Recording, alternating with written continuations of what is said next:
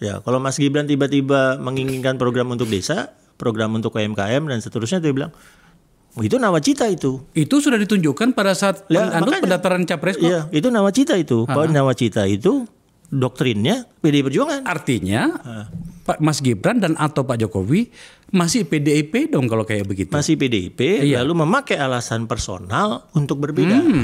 Rapat pengamanan Ibu Negara dan Ketua PSI. Judul beritanya itu bukan rapat pengamanan Ibu Keluarga, Ibu Negara, dan anak Presiden. Apa yang salah di situ? Judul beritanya menunjukkan orang itu mulai, lah kok Ketua PSI diamankan?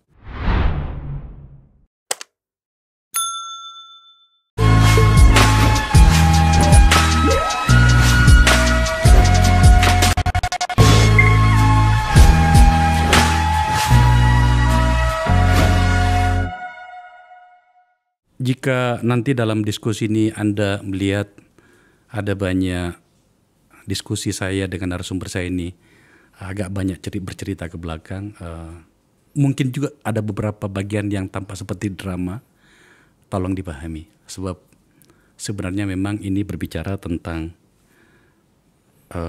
setidaknya 10 tahun belakangan ini.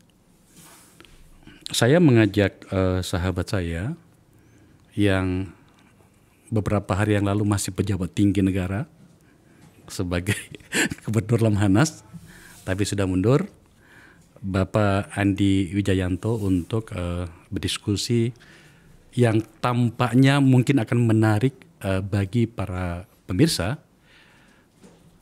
dan bagi saya juga saya perlu mengangkatnya karena kata tepatnya apa ya?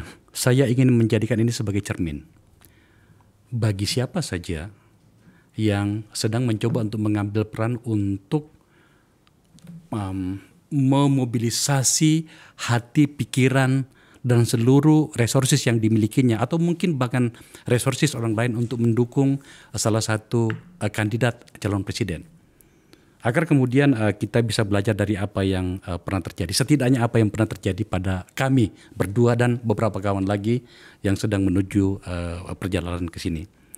Mas Andi, agak rumit kan bahasanya? Ya. Udah berkerut saya. So, sejujurnya saya agak kebingungan memulai dari mana gitu. Iya. Saya berasa langsung butuh minum jamu. Ya, itu sebenarnya kalau dibuat dalam bahasa yang sederhana, saya ingin mengajak Mas Andi Wijayanto untuk merewind kembali apa yang pernah kita lakukan di tahun 2014 mengusung Pak Jokowi sebagai presiden. Kalau Mas Andi bertanya, apa menariknya bagian itu, saya jawab, menariknya adalah dulu itu seluruh emosi, pikiran, sedikit barangkali intelektualitas yang kita miliki itu kita arahkan untuk memenangkan itu dengan sebuah agenda besar.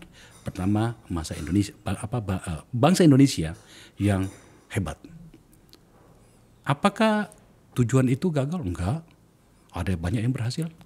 Tapi hari ini ada beberapa orang yang sedang mempertanyakan pada beberapa bagian pula. Oke? Maka sebelum semakin rumit, saya mau bertanya pertama begini. Kenapa harus mundur dari Gubernur Lemhanas? Ya, tujuannya sebetulnya untuk menjaga netralitas Lemhanasnya. Jadi kalau secara aturan tidak harus, kalau seandainya saya harus membagi waktu menjadi gubernur dan kemudian bekerja sebagai deputi tim juga bisa, pasti bisa.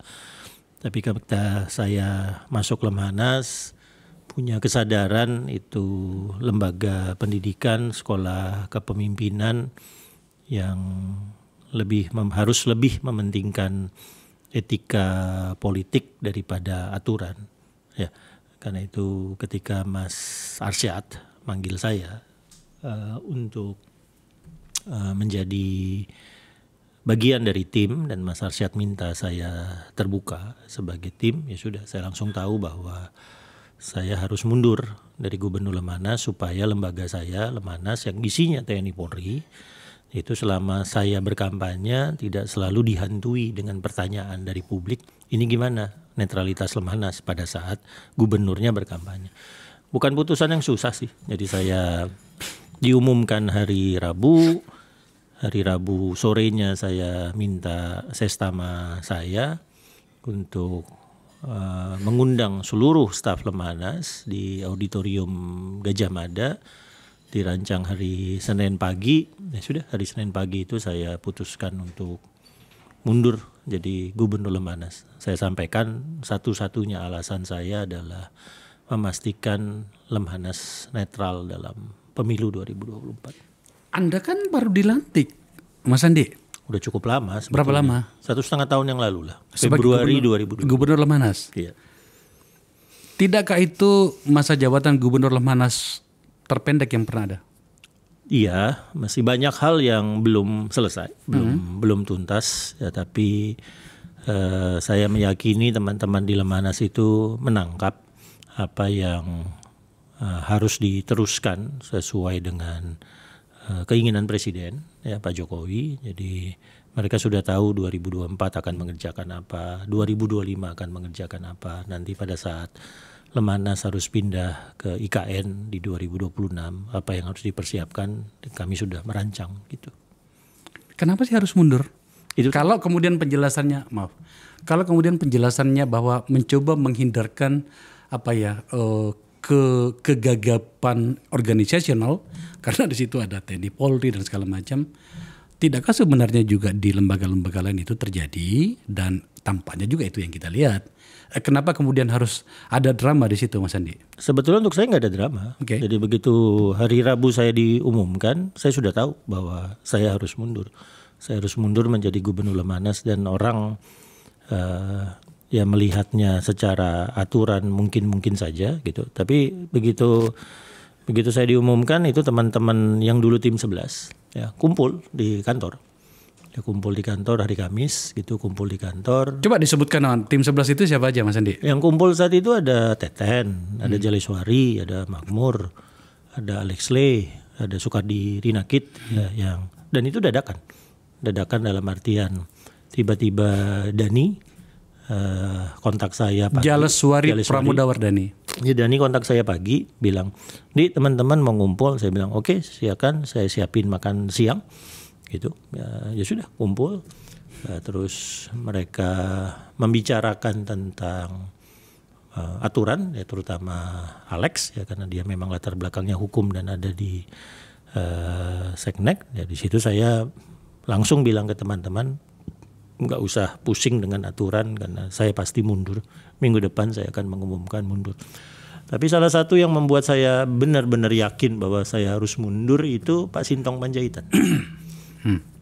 Hari Jumatnya saya makan siang dengan Pak Sintong Panjaitan. Nah di situ Pak Sintong hanya bertanya gini, terus Lemhanasnya gimana? Lalu Pak Sintong saya bilang secara aturan sih saya nggak harus mundur Pak. Nah di situ saya ngelihat Pak Sintong itu bingung, hah gimana caranya? Kok nggak mundur? Terus lembaga kamu gimana? Gitu.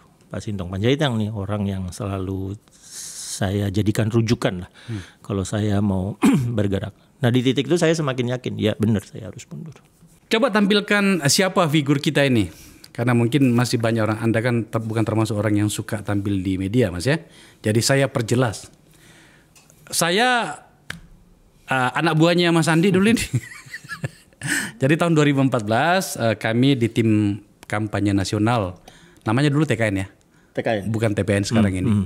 TKN itu di mana ketuanya waktu itu adalah Mas Cahyo, sekretarisnya itu adalah Mas Andi, ada 2 sekretarisnya, sekretaris 1 saya, sekretaris 2-nya itu Teten Mas Duki, bendaharanya itu adalah orangnya Mbak Rini waktu itu, siapa namanya? Bentuknya ada siapa lu? Lukas ada ya? Bukan, ada, siapa? Saya lupa. Ada namanya. Erwin. Teman kita, sahabat. Mohon maaf kalau saya lupa karena sedang saya kuatkan memori saya untuk mengingat semuanya. Menang, kemudian bersama dengan para relawan ya. Di situ ada Projo segala macam gitu, Bara JP. Kemudian masuklah tim transisi. Nah di tim transisi itulah kemudian kami bekerja 5 orang. Ketuanya, kepala stafnya itu adalah Rini Sumarno. Kemudian ada 4 deputinya. Deputinya itu, deputi pertama itu adalah Hasto Kristianto, yang kemudian tidak menjadi menteri karena jadi sekjen. Itu bertanggung jawab pada dalam hal APBN. Sebenarnya dia sempat dia mengambil alih migas yang dari saya. Tapi karena saya ribut dengan kakaknya Mbak Rini waktu itu, kemudian diambil kan dikelola oleh Hasto. Kemudian Mas Andi Wijayanto sentral sekali karena waktu itu mendapat tugas untuk menyusun arsitektur kabinet. Oke. Waktu itu isunya itu apakah kementerian tetap 34 seperti yang sekarang atau 24 atau bahkan lebih ekstrim 20 kabinet. Oke. Kemudian saya di infrastruktur. Waktu itu yang bekerja untuk saya itu ya Menteri Perhubungan sekarang gitu ya. Kemudian banyak lagi yang lain dan terakhir itu siapa? Anies ya. Anies Baswedan untuk urusan kemasyarakatan, petani segala macam. Penting bagian ini untuk saya jelaskan kepada para penonton saya, Mas Andi, karena tim transisi itu bekerja dan ditopang oleh banyak elemen yang hebat. Salah satunya adalah tim 11. Di mana konsep-konsep segala macam Pak Jokowi, saya masih ingat tuh Rizal Sukma tuh mantan dubes di Inggris, dia bertanggung jawab tentang Pak Jokowi tugas pertama ke luar negeri kemana dulu, dan kita putuskan waktu itu Laut Cina Selatan ya, isunya Laut Cina Selatan di Manila kalau nggak salah. Enggak, dia langsung ke Cina. Langsung ke Cina, ya itu dia tuh, dan masih banyak yang lain. Oke. Nah kita masuklah pada inti pembicaraan kita, pengantarnya yang tadi itu, bahwa saya agak confused melihat teman-teman kita yang bahkan masih ada di istana juga itu memilih untuk tidak bersama dengan ini saya harus hati-hati menggunakan bahasanya. Tidak lagi bersama dengan orang yang dianggap bagian dari Pak Jokowi. Oke. Hari ini kan ada 3 capres nih. Mas Anies dengan gerbongnya sendiri di situ. Terus kemudian ada gerbongnya Mas Andi, tadi sudah dikatakan saya sudah mundur, itu Mas Ganjar dengan Pak Mahfud. Nah, di gerbong yang satunya itu adalah Pak Prabowo dan di situ ada Gibran. So, masuk pada inti masalahnya, Anda semuanya memilih untuk bersama dengan Mas Ganjar. Oke, itu satu poin. Saya mau langsung pada pertanyaannya. Apa yang terjadi, Mas Andi? Pertama dari sisi kami ya.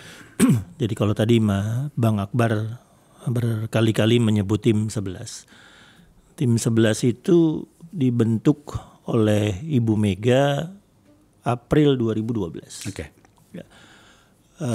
Kalau untuk saya pribadi itu dimulai 2010. Oke.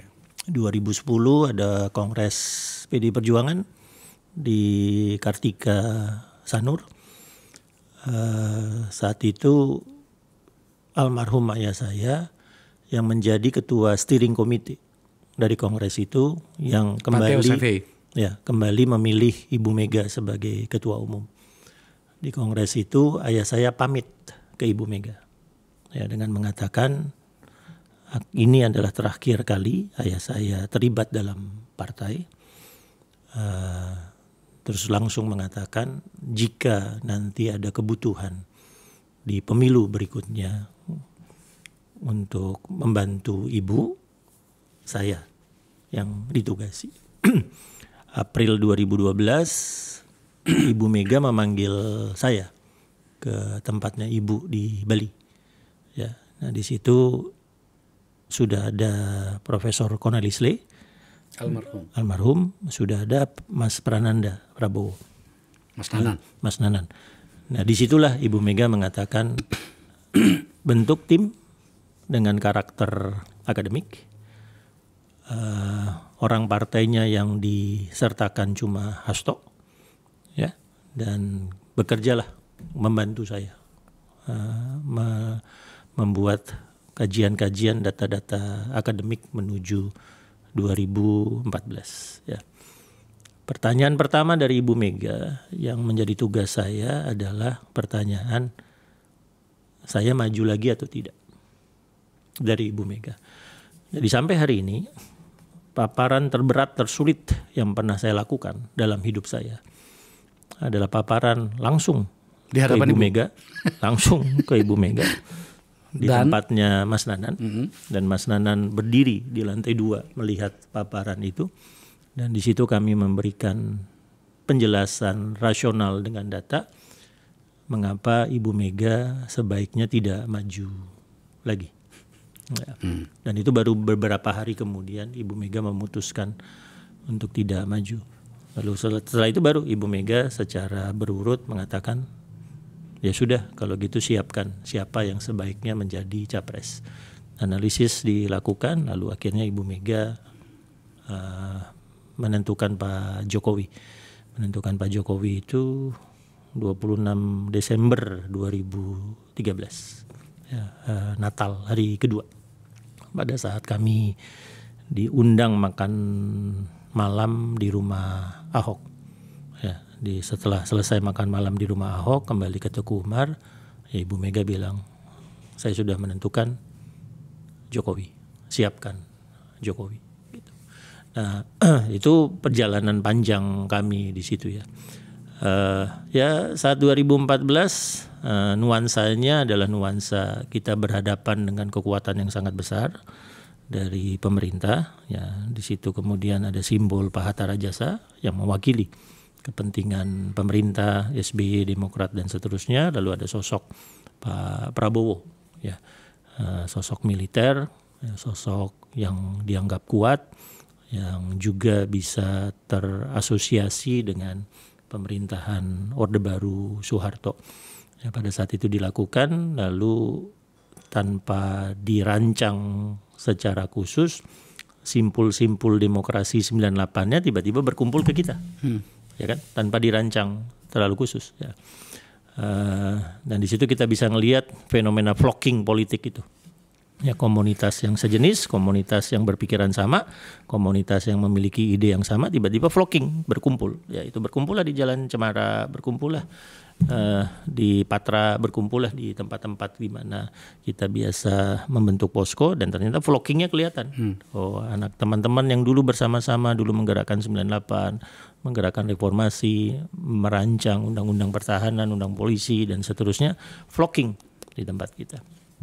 Nah, fenomena itu terasa lagi sekarang di 2024 ini. Jadi kalau 2024 saya dalam 1 bulan terakhir, terutama setelah keputusan Mahkamah Konstitusi, setelah pencalonan Gibran sebagai Wapres, berasa reuni 98. Berasa. Sampai di situ dulu. Itu kita belum mendekati tahap akhir ini, Mas.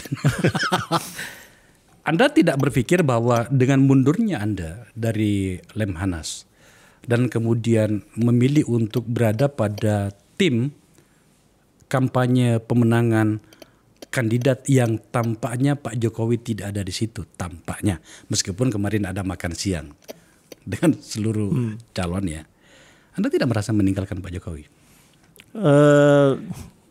Di kepala saya itu politiknya harus dibuat simpel ya. Jadi saya sudah berkali-kali menceritakan, termasuk di teman-teman Lemhanas. Sebagai gubernur, maka pemimpin saya presiden. Sebagai gubernur, pemimpin saya presiden, titik. Semua tugas dari presiden saya laksanakan. Tapi nanti begitu masuk ke politik pemilu 2024, saya ikut ideologi saya. Dalam arti saya ikut partai. Saya memutuskan ideologi saya merah, ya, walaupun saya bukan bagian formal dari PDI Perjuangan, tapi ideologi saya ideologinya PDI Perjuangan. Dari pemilu 99, ya kan ada ayah saya di situ, sampai pemilu 2019 saya ikut partai. Jadi saya membedakannya begitu. Ya kalau mau dibuat sederhana begini. Ketika mendaftarkan di KPU, ya, calon presiden dengan calon wakil presiden, yang tanda tangan itu partai. Presiden Jokowi tidak relevan. Yang menandatangani Ganjar dan Mahfud, ya Ibu Mega, Pak Mardiono, Oso, Pak Haritanu. Yang menandatangani Prabowo Gibran, ya Pak Prabowo sendiri, SBY, Zulkifli Hasan dan seterusnya. Tidak ada tanda tangan presiden wakil presiden di situ. Presiden dan wakil presiden tidak relevan pada saat penetapan pencalonan ketua umum partai. pencalonan presiden itu ranahnya ketua umum partai. Nah, jadi pada saat saya menjalankan tugas saya sebagai gubernur di pemerintahan, saya ikut apa yang dibutuhkan oleh presiden. Tapi begitu politik pemilu 2024 atau sebelumnya, saya ikut garis partai. Simple. Untuk saya simple. Jadi ketika kemudian waktu saya memutuskan untuk mundur, belum ada MK, belum ada Gibran. Ya, saya memutuskan mundur itu belum ada MK, belum ada Gibran. Jadi belum benar-benar secara diametral, misalnya terasa kami dengan Pak Jokowi berbeda. Secara diametral belum ada di situ. Tapi sekali lagi saya mundur dengan pertimbangan lemah nasnya harus netral. Diametral dengan Pak Jokowinya belum menjadi pertimbangan saya saat itu. Bagi orang lain barangkali penonton saya yang tidak terlalu dekat dengan problem elit, mungkin jawaban ini bisa dianggap selesai Mas Andi. Tapi saya yang bertanya kepada Anda, agak tahu saya masalahnya gitu kan. Yang saya maksud adalah, tidakkah sejak dari awal Pak Jokowi itu kita rancang seperti yang dipikirkan banyak orang, menghargai demokrasi, melakukan sesuatu yang real, menempatkan civil society sebagai kekuatan utama di dalam pemerintahannya, dan seterusnya. Dan itu kan terlihat. Bahkan sampai pada periode kedua, Pilpres kedua maksud saya. Maka kemudian dia menang lah kan gitu ya. Even itu sampai menjelang akhir ini kan, tingkat kepuasan beliau itu dari publik itu luar biasa kan. Gak pernah ada presiden sebelumnya. Kembali pada yang saya sampaikan tadi, bagi orang-orang yang paham ini, Anda boleh mengatakannya bahwa garis politik saya memang di merah. Tetapi kan kemudian sejak dari awal itu kita berada di situ, Mas Andi. Saya gunakan kata kita loh, sebab saya juga ada pada bagian itu, meskipun mungkin satu langkah di belakang Anda gitu kan. Orang-orang atau elit itu mengatakan kenapa orang-orang para pemikirnya Pak Jokowi ini pergi pada saat dia dibutuhkan oleh Pak Jokowi. Atau barangkali dibalik pertanyaannya, Pak Jokowi tidak membutuhkan Anda. Pertanyaan yang ada di kepala saya adalah pada saat kita sedikit lagi menyelesaikan konsolidasi demokrasi, saya selalu yakin Indonesia butuh 7 kali pemilu berturut-turut yang demokratik untuk matang demokrasinya. 7 kali. Kita udah yang kelima. 2024 yang ke-6, 2029 yang ke-7 kelar, konsolidasi demokrasi yang kelar. Pada saat sedikit lagi kita menyelesaikan konsolidasi demokrasi, lalu kemudian kenapa Pak Jokowinya yang geser?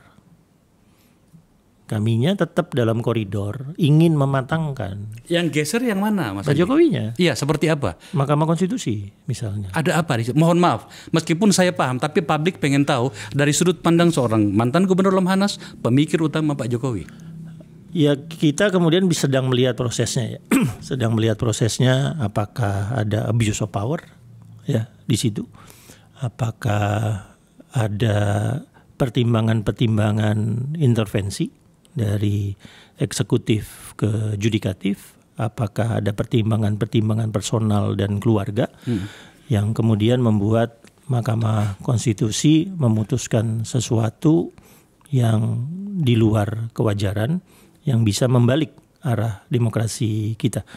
Ya, sehingga kemudian secara organik tanpa dirancang ya muncullah mem-mem yang membuat kita sadar bahwa ini ditangkap keras oleh masyarakat. Ditangkap keras tentang mahkamah keluarga, ditangkap keras tentang nepotisme, ya, ditangkap keras tentang politik dinasti yang menjadi salah satu alasan utama kita bergerak tahun 98. Ya, kata-kata KKN, nepotisme gitu alasan utama kita bergerak di tahun 98 itu. Konsolidasi demokrasinya hampir berakhir. Ya, lalu tiba-tiba ada masalah ini. Tapi kalau dilihat Bang Akbar perjalanan Pak Jokowi dari 2014 sampai sekarang, memang batu-batu atau lubang-lubang yang muncul di hadapan Pak Jokowi itu lubang-lubang atau batu-batu yang terkait dengan konsolidasi demokrasi. Seperti apa? KPK di awal ya kepemimpinan, pergantian Kapolri di awal kepemimpinan atau sekarang di periode kedua, proses pembuatan Undang-Undang Ciptaker. Oke. Ya, undang-undang Ciptakernya secara substansi mungkin memang terobosan yang dibutuhkan oleh ekonomi bisnis. Secara proses yang kemudian dipermasalahkan, ya sehingga kita tetap menunggu deadline. Bagaimana pemerintah melakukan revisi, terutama dari peraturan-peraturan perundang-undangannya sesuai yang diminta oleh Mahkamah Konstitusi. Oke. Ya, ada lubang-lubang yang memang terkait dengan persoalan-persoalan demokrasi. Satu lagi misalnya yang sekarang sedang dinaikkan tentang perpanjangan masa jabatan 3 periode. Nah, itu lubang-lubang yang kemudian bisa menjadi barikade untuk konsolidasi demokrasi yang ada sepanjang masa jabatannya Pak Jokowi.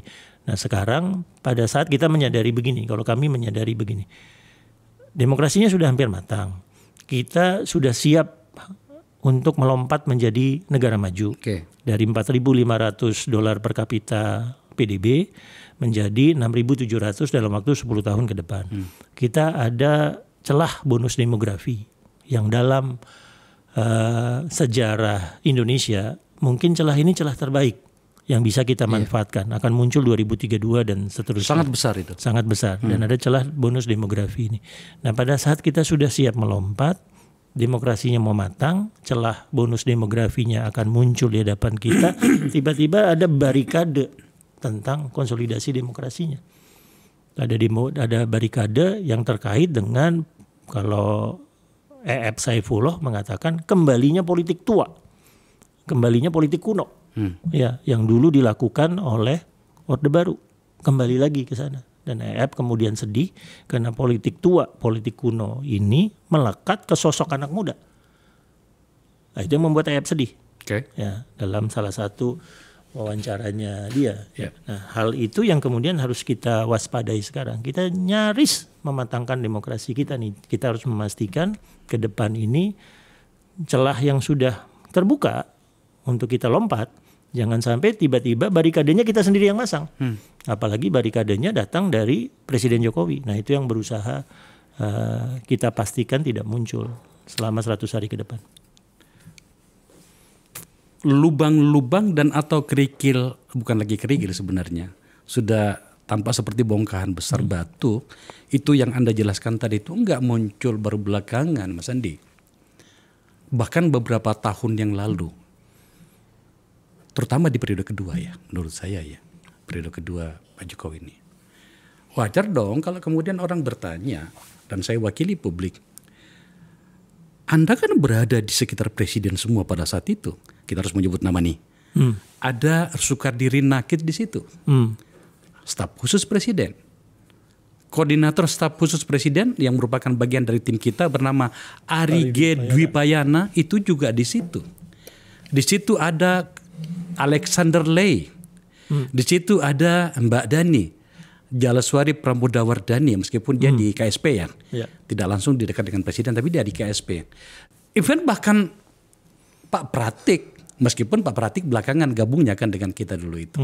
Dia mendapat tugas, Pak Pratikno itu mendapat tugas mereview apa yang telah kami hasilkan dalam kerja-kerja kami di tim transisi bersama dengan almarhum Cornelis Lei dan Pak Andri Nopcaniago. Siti Nurbaya Ya. Siapa lagi? Kan ada Anda semua di situ. Anda ingin melakukan sebuah pengakuan kesalahan tak mampu mengawal seluruh kebijakan yang kita sepakati dengan Pak Jokowi. Ya, di satu sisi ya. Di satu sisi kami harus mengakui walaupun kami masih ada di ring satunya presiden, ya, tapi kami relatif gagal untuk menjaga, mengawal beberapa prinsip-prinsip keras gitu ya. Ya, saya harus kembali ke misalnya ketika ada satu prinsip PDI Perjuangan yang harus dijaga tentang dukungan kita ke Palestina. Ya, lalu terkait dengan U20 Israel. Ya, ketika Mas Ganjar kemudian konstituennya, elektabilitasnya signifikan berubah, turun ketika itu ya terjadi. Ya. Waktu itu kami berinteraksi dengan Ibu Mega. ya tentang itu. Terus Ibu Mega mengatakan jaga prinsip itu, pokoknya kita tetap harus memperjuangkan Palestina, ya tetap tidak ada hubungan dengan Israel selama Palestina tidak menjadi negara merdeka normal di sana. Tapi perintah keduanya Ibu Mega saat itu, Jokowi itu presiden kita, jaga sekuat-kuatnya sampai Oktober 2024. Itu perintahnya, jaga sekuat-kuatnya Jokowi sampai 2024. Jadi kami pastikan sebagai bawahan presiden, kami jaga presiden sekuat-kuatnya dengan apa yang bisa kami lakukan. Dan banyak sebetulnya yang berusaha disampaikan ya. Tapi ya di titik-titik tertentu, ya terutama di 2 bulan terakhir, mulai terlihat ketika perbedaannya diambil oleh presiden. Makanya saya tadi mengatakan, saya sering mengatakan di publik, saya nggak terlalu ngelihat saya berubah. Ya, saya dengan Bang Akbar misalnya. Ya, kalau ditanya naluri kita ya, keputusan Mahkamah Konstitusi itu anomali nggak ya, normal nggak ya? Maka naluri kita mengatakan enggak. Ya, Mas Gibran menjadi cawapres itu secara naluri demokrasi kita itu sesuatu yang normal atau tidak? Secara naluri demokrasi kita mengatakan tidak. Ya, itu hal yang sama, konsisten. Naluri demokrasi kita dari tahun 98 sampai sekarang sama. Jadi selalu yang saya menyatakan kita garisnya di sini kok. Memang di sini. Tiba-tiba mereka yang pindah garis. Tiba-tiba mereka yang nyebrang jalan. Bukan saya yang nyebrang jalan, saya tetap di garis saya. Mereka yang tiba-tiba nyebrang jalan dengan pertimbangan mungkin jangka pendek ya untuk Februari 2024, tapi mungkin juga pertimbangannya panjang untuk 5-10 tahun Indonesia ke depan. Saya itu akhir-akhir ini sering membatin. Kemarin saya ke IKN diundang sama Mas Bambang Susantono, Kepala IKN, sambil melihat betapa besarnya pekerjaan di sana dan betapa besarnya mimpi berikut dengan imajinasi tentang Indonesia masa depan yang sedang dibangun dan mau diterjemahkan oleh Presiden Jokowi di sana. Dan itu mau tidak mau kita harus begini kan. Ya. Tapi pada sisi yang lain, seperti yang Anda jelaskan tadi, kok ada lubang di mana kemudian ternyata lubang itu nggak dihindari. Oke.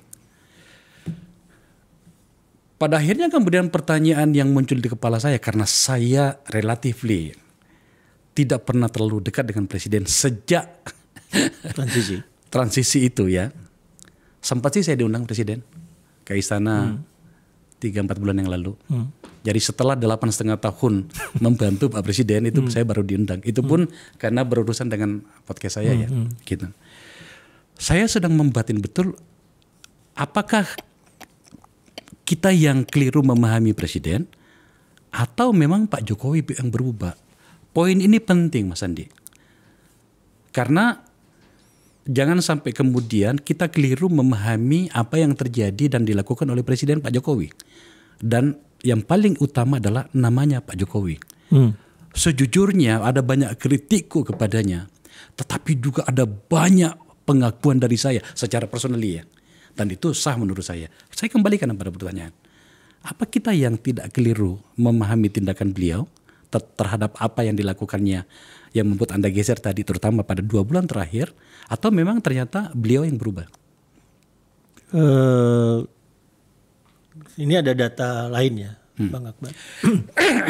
Kita selalu melihat kepercayaan ke Pak Jokowi itu cenderung tinggi, ya 70-80%.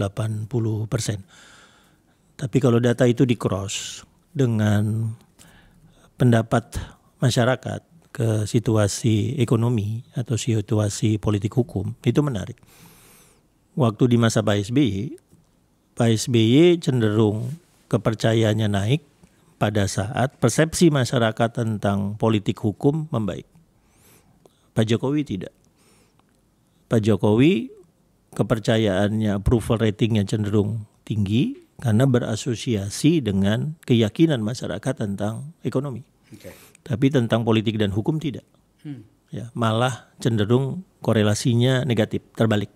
Ya, semakin tinggi kepercayaan kepada Pak Jokowi, approval rating biasanya ada kemungkinan, ada kecenderungan politik dan hukumnya dinilai oleh masyarakat memburuk. Jadi misalnya apa yang membuat tingkat kepercayaan ke Pak Jokowi tetap tinggi pada saat polisi digoyang oleh kasus Sambo? Apa yang membuat kepercayaan publik ke Pak Jokowi tetap tinggi pada saat ada perwira tinggi polisi tiba-tiba terkena kasus narkoba? Ya, atau ada masalah korupsi yang kita makin lihat makin naik. Ya, ternyata memang korelasi antara tingkat kepercayaan dengan indeks politik dan hukum untuk Pak Jokowi itu korelasinya negatif. Dalam arti semakin tinggi yang kepercayaan, semakin ke bawah yang politik hukumnya. Itu menarik. Di presiden-presiden sebelumnya lebih mudah untuk melakukan asosiasi dengan politik dan hukum daripada ekonomi. Pak Jokowi tidak. Ya, dari situ kita bisa ngelihat Pak Jokowi itu memang sangat-sangat bagus untuk menggerakkan ekonomi, infrastruktur, program kesejahteraan, ya termasuk misalnya proyek-proyek strategis nasional, hilirisasi dan lain-lain. Ya, tapi begitu masuk ke masalah tentang institusi, ya sekarang kita lihat polisi, masalah korupsi, ya atau masalah penuntasan pelanggaran HAM. Nah, di situ memang kemudian terlihat bahwa Pak Jokowi tidak terlalu kuat memegang itu. Yang menarik juga kalau lihat data panjang. Data panjangnya begini. Rata-rata pertumbuhan ekonomi di masa Pak Harto selama 32 tahun itu 7,2%. Rata-rata pertumbuhan ekonomi di masa Pak SBY selama 10 tahun itu 5,4%. 9 tahun Pak Jokowi itu 4,6%. Dalam artian saya benar-benar bisa ngelihat bahwa Pak Jokowi itu pontang-panting kerja kerasnya. Ya, saya termasuk tidak pernah punya bos yang kerjanya seperti itu. Itu dia. Ya, yang kerjanya baru selesai jam 1:30 pagi, nanti setelah sholat subuh sudah mulai kerja lagi. Ya, dan itu tidak ada waktu kosong. Dalam agendanya dari jam 8 pagi ya sampai malam. Tidak ada waktu kosong ya, kayak kemarin saja itu agendanya luar biasa padat ya sampai jam 9 jam 10 malam. Pertumbuhan ekonominya 4,6%. Ya, jadi tetap tidak bisa melampaui pertumbuhan ekonominya SBY maupun apalagi Pak Harto. Tapi ada apologinya. Ya, apologinya misalnya ada Covid. Apologinya karena ada disruption. Rusia Ukraina karena ada perang teknologi, perang dagang antara Amerika Serikat dan China, ada hyperinflation jadi negara-negara global dan seterusnya gitu ya. Tapi itu yang kemudian membuat kami lagi kira-kira mencari tone semesta ini kemana ya? Ya, tone semesta. Jadi misalnya tone semesta. Kalau politik yang kita lihat mulai kenangkap nih tone semestanya tentang demokrasi. Ya, sehingga simpul-simpul demokrasi tiba-tiba kayak reuni dalam 2 minggu terakhir ini. Kumpul kemana-mana kita reuni. Ya, kemarin KMI saya jam 6 sore di salah satu restoran di Jalan Kebon Sirih bertemu dengan para aktivis perempuan. Ya, para aktivis perempuan ya tone-nya tentang ayo kita perkuat demokrasi lagi. Ya, saya ketemu dengan Mas Butet ya misalnya yang kemudian ingin membantu memperkuat demokrasi lewat pendekatan budaya, tapi semesta satunya adalah demokrasi. Nah, semesta keduanya tentang mungkin tantangan global. Ya, tantangan global kita ngelihat ada Rusia dengan Ukraina nggak kelar dalam waktu cepat, Israel versus Hamas, ya misalnya. Jadi ada tone itu dan ada tone juga tentang ekonomi global yang Pak Jokowi sebetulnya berkali-kali sudah mengutarakan apakah hati-hati sekian puluh negara yaitu dalam kondisi bangkrut menjadi pasiennya ya IMF, yang terakhir adalah Ghana. Kita tidak berada di situ, tapi kalau ngelihat misalnya rupiah mendekati 16.000, siap-siap kalau Bank Sentral Amerika Serikat menaikkan suku bunga dan lain-lain. Jadi tone-nya itu apa? Dulu 2019 kita merancang kampanye, tone-nya sederhana. Riang. Tone-nya riang. Kita punya presiden yang kerjanya oke banget, hasilnya kelihatan. Ayo kita riang karena kita akan memenangkan beliau menjadi presiden dalam periode 2. Tone-nya itu riang, kampanye itu riang. Ya, kampanye itu riang, makanya mudah-mudah saja misalnya saat itu kita mendapatkan sentimen positif publik pada saat yang kita munculkan cuma Pak Jokowi main bum-bumkar dengan etes. Karena tonnya saat itu riang. Iya. Ton kampanye itu ton riang. Nah hari ini sampai Februari 2024 saya nggak tahu ton politik di Indonesia itu apa. Saya khawatirnya tonnya nggak riang ini di 2024. Apa yang Anda khawatirkan? Hah? Apa yang Anda khawatirkan menyangkut itu? Ya tonnya ya tadi yang kita galau sekarang ini. Kita galau ada seseorang yang kita anggap sebagai terobosan demokratik. Ya, seseorang yang 2014 bahkan sebelumnya di Solo, sebelumnya di Jakarta kita ngeliat inilah buah reformasi. Buah reformasi sehingga orang biasa-biasa saja mampu dipilih dengan suara yang sangat besar di Solo. Orang yang bekerja dengan sangat baik di Solo bisa memenangkan pertarungan di Jakarta. Yeah. Dan orang yang biasa-biasa saja yang nggak mungkin kejadian kalau reformasi tidak berhasil, yang nggak mungkin kejadian kalau demokrasi tidak membaik, nggak mungkin. Ya tiba-tiba kita ngelihat tonnya berubah, terus kita tiba-tiba ya kan ton berubah ini yang membuat ini kayaknya agak mendung dikit nih, demokrasinya agak mendung dikit pada saat 2019 langit cerah. Nah itu dia, saya ada di situ sekarang, frame saya ada di situ. Maksud saya begini, saya kok yakin tidak keliru memahami Pak Jokowi. Itulah sikap politik saya juga baik selama saya di DPR masa pemerintahan beliau yang pertama 2014-2019 maupun sekarang 2019 sampai 2024. Meskipun saya tidak ada di parlemen, tapi saya melakukan beberapa kegiatan-kegiatan civil society. Bahwa yakin betul saya Pak Jokowi itu orang yang logik. Memang pendekatannya kadang-kadang menggunakan intuisi. Tapi kan orang-orang seperti Anda ada semua di sekitarnya. Dengan argumentasi yang pas, narasi yang terukur, tentu saja dengan data-data, apalagi seorang Andi Wijayanto. Tiba-tiba bahasa Anda tadi itu belok. Maka kemudian kita bertanya apa penyebabnya? Dan lebih jauh lagi dari situ adalah siapakah gerangan yang berada di dalam alam bawah sadar Pak Jokowi hingga kemudian orang seperti Soekardi Nagit, Andi Wijayanto, beberapa orang lagi yang sejak dari awal itu kemudian tersampirkan. Terlalu ekstrim ya tersampirkannya. Terabaikan bolehlah, gitu. Seperti itu. Ya Pak Jokowi mestinya sudah paham dan benar-benar dalam posisi saat ini di politik Indonesia tidak boleh ada seorang pun, ada satu kelompok pun yang mampu melakukan manuver di atas dia. Ya, itu syarat menjadi presiden yang efektif. Dan itu wajar saja. Iya, dulu waktu 2014, 2015, kondisi itu belum tercipta. Oh, oke.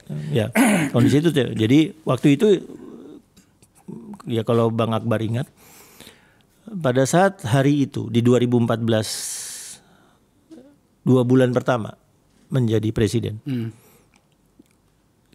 mengandalkan kemenangan pemilu yang tipis, ya, mengandalkan koalisi partai yang kecil, mengandalkan relawan yang organik, ya, harus membuat keputusan menghapus subsidi BBM, ya kan? Oke. Ya. Ingat saya. Ya, manuver politiknya masih bisa melampaui presiden saat itu.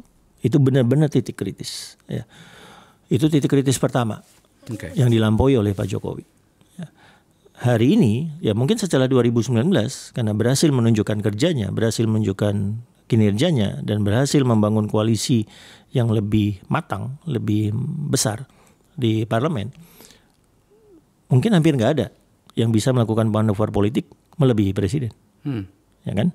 Nah, jadi dengan kemampuan itu, kalau Pak Jokowinya mengatakan saya ingin membuat langit cerah untuk demokrasi, sangat-sangat bisa. Tapi kalau tiba-tiba Pak Jokowinya menabur garam sehingga langit yang cerah itu menjadi agak mendung untuk demokrasi, ya bisa juga. Tapi yang dia lakukan adalah kalau sekarang menabur garam, ya, sehingga agak mendung dikit ini demokrasi kita, ya, sehingga kemudian muncul muncul lagi kelompok-kelompok yang sekarang kalau saya sekarang masih dalam tahap reuni. Ya, reuni untuk menggagas kembali apa yang kita butuhkan untuk memastikan demokrasi itu cerah kembali. Dan tapi itu bisa berubah dalam jangka waktu cepat ya, dari sekedar reuni menjadi sesuatu yang lebih besar. Ya.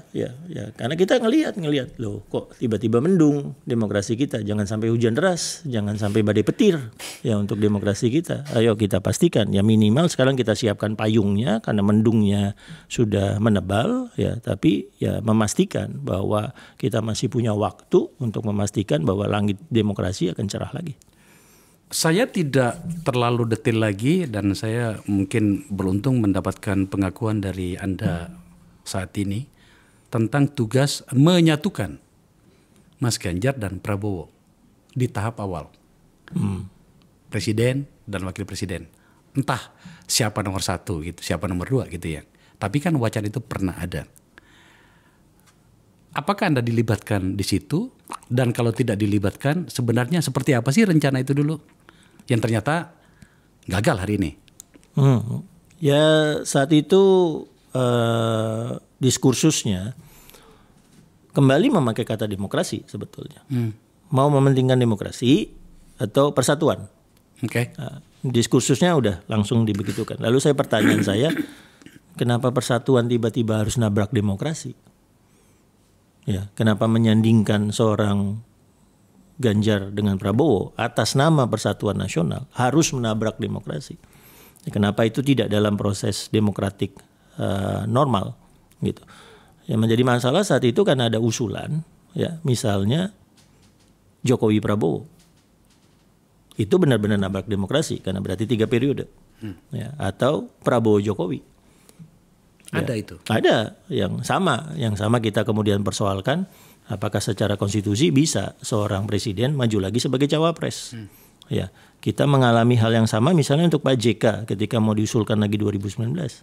Ya, Pak JK 2 kali menjadi wakil presiden tapi tidak berturut-turut. Tapi diajukan ke MK.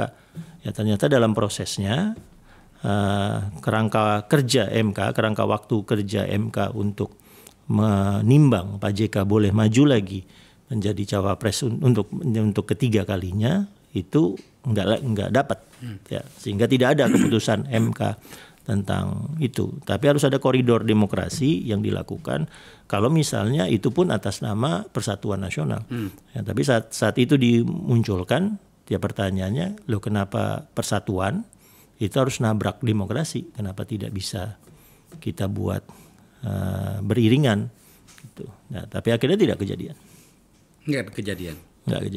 Ya sama kalau misalnya dulu perpanjangan 3 periode, ya kita membutuhkan keberlanjutan.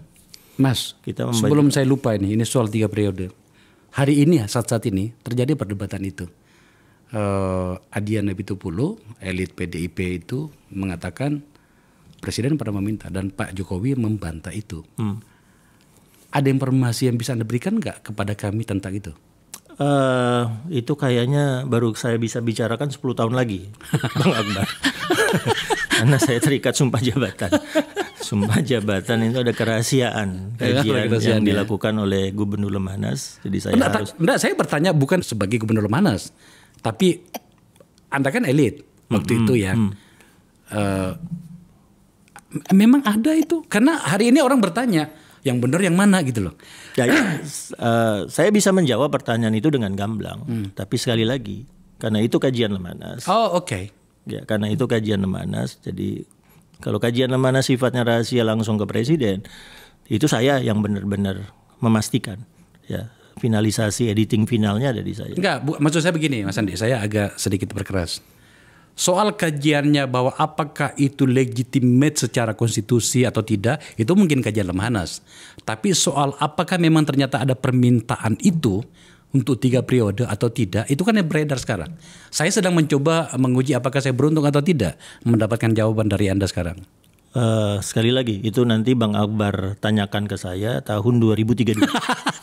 Ketika retensi kerahasiaannya berakhir. Ya, oke. Itu retensi kerahasiaannya itu 10 tahun, jadi 2032. Saya harus menghormati narasumber saya. Berhak untuk orang di sini orang berhak untuk menolak.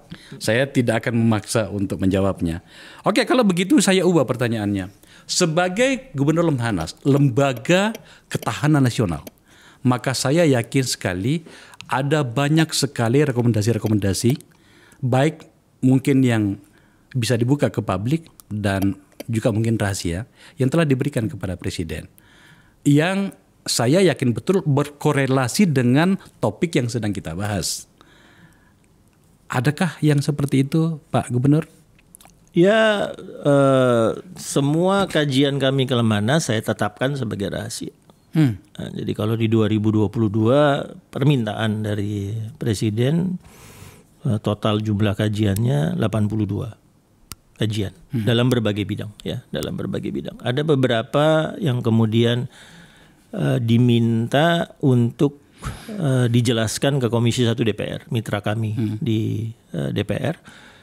Atas izin Presiden saya buka, itu pun dalam pertemuan tertutup dengan Komisi 1. Ya.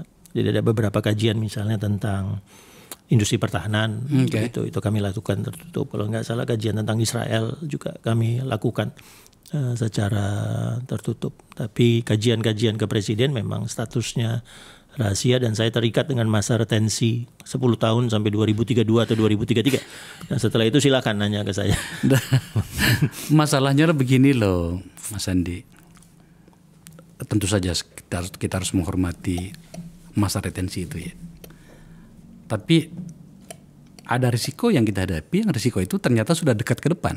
Soal apakah kemudian pilihan kita atau cara kita bernegara seperti yang terjadi sekarang berikut dengan apa yang kita bahas itu terjadi dan kemudian berisiko bagi kita. Kita itu ada 280 juta orang di situ. Maka wajar dong kalau kemudian kita bertanya, sebenarnya kita sedang baik-baik saja atau tidak sih sebenarnya, setidaknya dari sudut pandang kajian Anda di Lemhanas. Saya rasa itu bukan rahasia, Mas. Iya, kalau konsolidasi demokrasi yang tadi saya sebutkan, kita sedang mendung. Mendung ya. Kita sedang mendung. Kalau tidak ada perubahan angin geser awan mendungnya secara signifikan, hujan lebat. Ya. Jadi kita punya dua pilihan, ya. Ya, berbasah-basah saat hujan lebat itu terjadi atau kita tetap berjalan dengan payung. Ya, tampaknya sebagian dari teman-teman yang dulu bergerak 98 memutuskan siapkan payung, ayo kita berjalan dalam hujan itu. Ya kan? Kalau berharap anginnya berubah, ya kayaknya sulit. Tapi gimana caranya kita bareng-bareng menemukan payung merah putih kita lalu jalan-jalan di bawah hujan. Saya bukan tipe politisi dan bahkan sekarang sebagai pembawa acara, host itu yang terlalu pengen menghabiskan waktu untuk membahas hal-hal yang dramatik, sedikit agak sinetron ya, menyangkut dengan perbedaan atau pilihan Pak Jokowi hari ini yang kemudian Anda terjemahkan sebagai menyebabkan mendung demokrasi adalah karena ada soal elit antara dirinya dengan partainya. Saya jujur sekali lagi, karena menurut saya seharusnya tidak dibawa ke situ area pembicaraannya. Betul.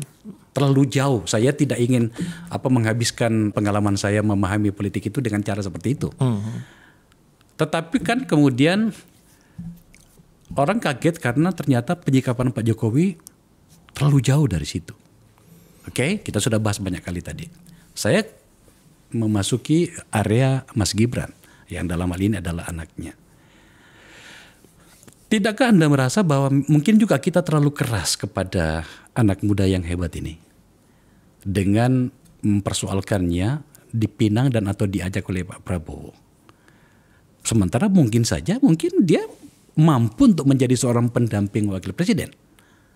Pendamping presiden maksud saya sebagai wakil presiden. Tidakkah kita terlalu ekstrim atau berlebihan menyikapi tentang posisi politik dia yang ternyata menjadi bagian dari diri Pak Jokowi, apapun namanya itu anaknya gitu. Ya, tapi pertanyaan Bang Akbar di awal tadi itu tentang urusan personal tidak terhindarkan. Jadi apakah alasan untuk tidak lagi bersama PDI Perjuangan masuk ke koalisinya Gerindra, Golkar dan PAN itu penyebabnya personal atau penyebabnya substantif paradigmatik atau ideologis. Nah, penyebab paradigmatiknya itu yang tidak saya tangkap, ya kan? Jadi misalnya Pak Jokowi ketika berkampanye 2014 melakukan kerja-kerja di pemerintahan 2014-2019 berbasis dokumen Nawacita. Nah, dokumen Nawacita itu dokumen politik, dokumen ideologi politik. Kita menurunkan di PD Perjuangan, kita menurunkan apa yang menjadi prinsip-prinsip Bung Karno, ya, tentang Trisakti, tentang berdikari ekonomi, tentang sosok Sarinah, ya, tentang Dasasila Bandung, tentang Asia Afrika. Dari Dasasila Asia Afrika itu muncullah komitmen tentang Palestina. Itu dokumen politik yang dijadikan dasar bagi Pak Jokowi untuk menyusun RPJMN. Ya, dari situ untuk menyederhanakannya ke masyarakat muncullah program kartu. Misalnya ada nomor 1 Nawacita, negara hadir. Untuk menyederhanakan ke masyarakat bahwa negara itu hadir yang bisa dilihat sosok simpelnya, muncullah kartu pintar. Macam-macam kartu itu ya. Tapi itu wujud dari dokumen politik. Ya. Nah, apakah ketika sekarang tidak lagi berada dalam garis PDI Perjuangan, lalu pertanyaannya, ini Pak Jokowi nggak percaya lagi berdikari.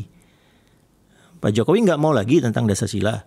Ya, Gibran yang menjadi wali kota karena diusung oleh PDI Perjuangan dan memegang KTA PDI Perjuangan dalam nanti menyusun program-programnya untuk berkampanye sebagai wakilnya Prabowo, nggak percaya lagi bahwa PR terakhir kita di Asia Afrika, konferensi Asia Afrika adalah Palestina Merdeka. Itu PR terakhir kita. Ya. Apakah menunjukkan ketidakpercayaan kepada landasan dogmatik itu? Nah, kalau itu yang terjadi, saya lebih respect. Iya, mereka menawarkan sesuatu yang berbeda dengan Indonesia. Ya, jadi misalnya dikatakannya platformnya PDI Perjuangan itu welfare state yang mengandalkan peran negara yang besar. Fakir miskin diurus oleh negara. Pasal 34 UUD 45. Itu platformnya PDI Perjuangan. Apakah ada platform yang lain? Ada. Platform yang lain adalah negaranya efisien, diurus oleh pasar. Ya, BPJS dikecilkan, diganti oleh private insurance. Itu Republik versus Demokrat di Amerika Serikat. Programnya Demokrat kas mirip dengan PDI Perjuangan, privatisasinya kas milik dengan Republik. Nah, apakah dengan pindahnya ke koalisi yang lain menunjukkan terjadi pergeseran paradigmatik dari Pak Jokowi dan Gibran? Apa yang Anda lihat dari situ? Belum kelihatan. Nah, belum kelihatan sehingga makanya kita tidak bisa lepas dari pertanyaannya Bang Akbar itu. Kalau pergeserannya tidak ideologis, kalau pergeserannya tidak paradigmatik, lalu apa pergeserannya? Masa sih pergeserannya personal? Ya, masa sih pergeserannya adalah hal-hal yang emosional? Ya, sesuatu perubahan yang signifikan yang menghasilkan mendung demokrasi bukan terjadi karena ada pergeseran yang dogmatik, tapi pergeseran yang personal. Nah, kan menjadi susah kita kemudian menerimanya. Tapi kan pembuktiannya sudah ada, Mas Andi. Yaitu? Anaknya sudah ada di sana. Betul. Apa yang harus kita simpulkan dari situ? Nah, saya berharap makanya nanti ada 100 hari kampanye nih. Nah, 90 hari kampanye. Nah, 90 hari kampanyenya nanti kalau Mas Gibran bilang tiba-tiba program A atau program B, terus kita bilang, Mas, itu PDI Perjuangan loh.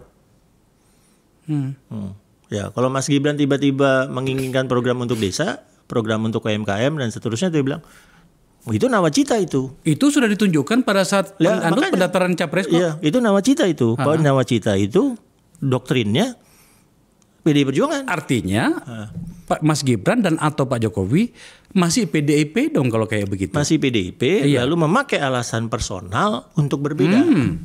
Ya kan? Kesimpulannya cuma itu kan? Kalau dilihat nanti. Jawabannya di situ ternyata. Enggak, sederhananya gini, saya mengamati visi misi dari masing-masing capres ya, walaupun belum final. Ya. Terus saya kira-kira gini, ada nggak tiba-tiba dari partai yang ada di Indonesia merasa fakir miskin itu tidak diurus oleh negara karena mereka tidak mau big government. Mereka mau small and efficient government diserahkan ke private. Ya. Kalau itu ada, itu pergeseran ideologis. Ya, atau Dasasila Bandung, Asia Afrika tentang Palestina Merdeka tidak lagi dianggap sebagai rujukan politik luar negeri. Mereka lebih menginginkan dekat dengan Israel, karena begitu dekat dengan Israel, maka bantuan dari Amerika Serikat akan lancar ngalir. Mementingkan pragmatisme dekat dengan Israel supaya bantuan dengan Amerika Serikat lancar ngalir. Tapi utang kita di Asia Afrika 55 adalah Palestina merdeka. Selama Palestina belum merdeka, nggak mungkin hubungan diplomatik itu kita lakukan. Apakah terjadi pergeseran yang signifikan paradigmatik seperti ini? Nah, kalau tidak, maka sebetulnya platform kamu sama, paradigma kamu sama, ideologi kamu sama. Ngapain ke sana? Ngapain ke sana? Berarti alasannya bukan paradigmatik, personal. Sungguh-sungguh sebuah diskusi yang berat. Tapi pemirsa, ini bagi kami setidaknya orang-orang di bagian awal itu penting untuk mendeteksi. Maka saya tiba pada pertanyaan terakhir. Nggak nyaman saya bertanya ini. Tapi saya pernah tanyakan kepada Yusril Issamahendra duduk di sini. Dengan seluruh apa yang Anda jelaskan tadi dalam diskusi kita 1 jam lebih ini. Nggak nyaman saya, mohon maaf. Apa risiko yang akan dihadapi oleh Pak Jokowi? Baik sebagai pemenang atau mungkin kandidat yang dijagokannya kalah. Pada akhirnya kita tiba pada pertanyaan itu, Mas Andi. Pak Jokowinya beradu dengan arus demokrasi.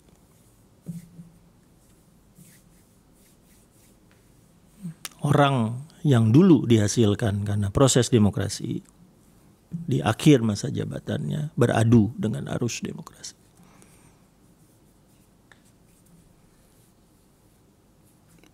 Seberapa kuat dia akan menghadapinya? Ya, arus demokrasi biasanya tidak semerta-merta menjadi gelombang pasang. Ya. Dia bergerak menunggu momennya, menunggu momentumnya. Ya, pada saat momentumnya terjadi, ya, pada saat gangguan terhadap demokrasinya menjadi signifikan, arusnya bisa tiba-tiba mendesak. Jadi saya sangat-sangat berharap sebagai orang yang pernah bekerja sangat dekat dengan Pak Jokowi, ya, mendung demokrasinya segera tersingkir, ya, sehingga kita cerah lagi melihatnya. Caranya seperti apa, Mas?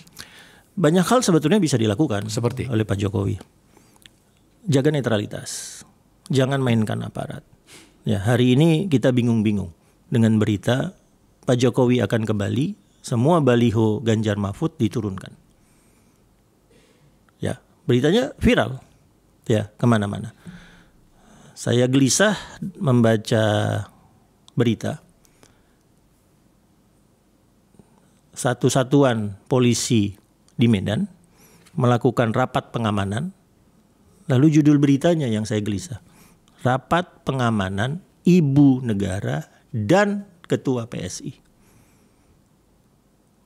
Judul beritanya itu bukan rapat pengamanan ibu keluarga, ibu negara dan anak presiden.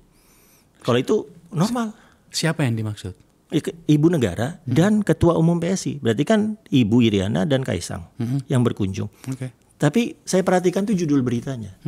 Ya, judul beritanya itu sudah mulai menunjukkan kegelisahan tentang demokrasi. Oh, oke. Ya, kalau judul beritanya rapat pengamanan kunjungan ibu negara dan anak presiden, normal. Ibu negara dan anak presiden harus diamankan. Tapi judul berita itu ibu negara dan ketua PSI. Ya. Tidakkah Kaisang memang ketua umum PSSI yang kebetulan anaknya presiden? Apa yang salah di situ? Judul beritanya menunjukkan orang itu mulai, kok ketua PSI diamankan? Jadi kalau judul beritanya ibu negara dan anak presiden kan aman. Aman. Tapi ini judul berita dari bawah nih. Dari bawah. Judul berita dari bawah yang kemudian saya baca. Loh, di sananya sudah mulai nyentil-nyentil tentang gangguan demokrasi itu. Hal yang lain ada yang Mas Andi dengar? Apanya? Gangguan-gangguan seperti yang Anda katakan. Ya, yang kemarin tiba-tiba ada berita pertandingan voli. Ya, di salah satu desa di Probolinggo ya. Kayak hal-hal kayak Situ Bondo kalau nggak salah. Itu. Nah, itu Pak Jokowi bisa memastikan. Pak Jokowi bisa memastikan saya sebagai presiden, anak saya maju sebagai wapres, satu anak saya maju sebagai ketua umum PSI yang punya target partainya masuk ke Senayan. Lalu Pak Jokowi berkali-kali berulang-ulang ketemu dengan polisi, ketemu dengan TNI, ketemu dengan kepala-kepala daerah, pejabat atau kepala daerah, mengatakan netral.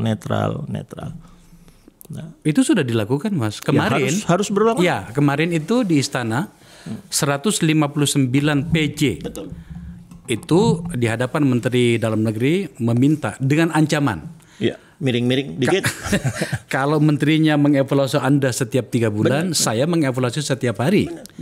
Aku bisa ganti. Sejujurnya saya agak sedikit kaget-kaget dengan beberapa pernyataan Presiden terakhir ini, karena kan levelnya semakin naik tuh. Sudah ada unsur ancaman di dalamnya. Iya benar. Apakah seperti itu yang Anda maksud? Yes. Oh, oke. Ya. Itu sesuatu yang bisa kemudian kita kembali meyakinkan. Nah, Pak Jokowi memang dihasilkan oleh demokrasi, dia akan jaga demokrasi itu. Dia sendiri yang akan memastikan tidak ada yang miring-miring nih.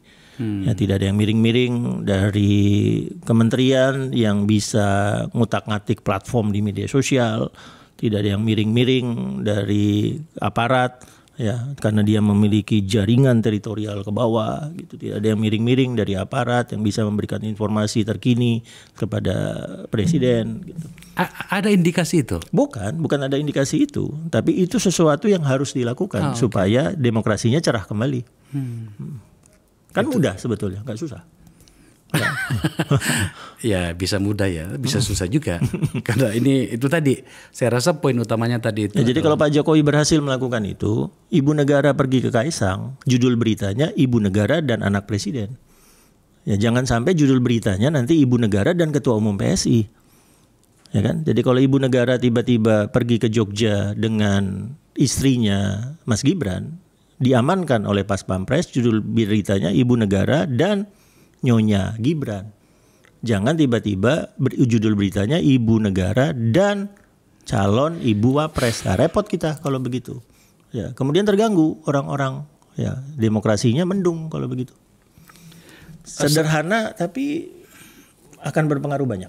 Saya tentu saja paham, Mas Andi. Ini pemirsa, saya mau buka sedikit ya.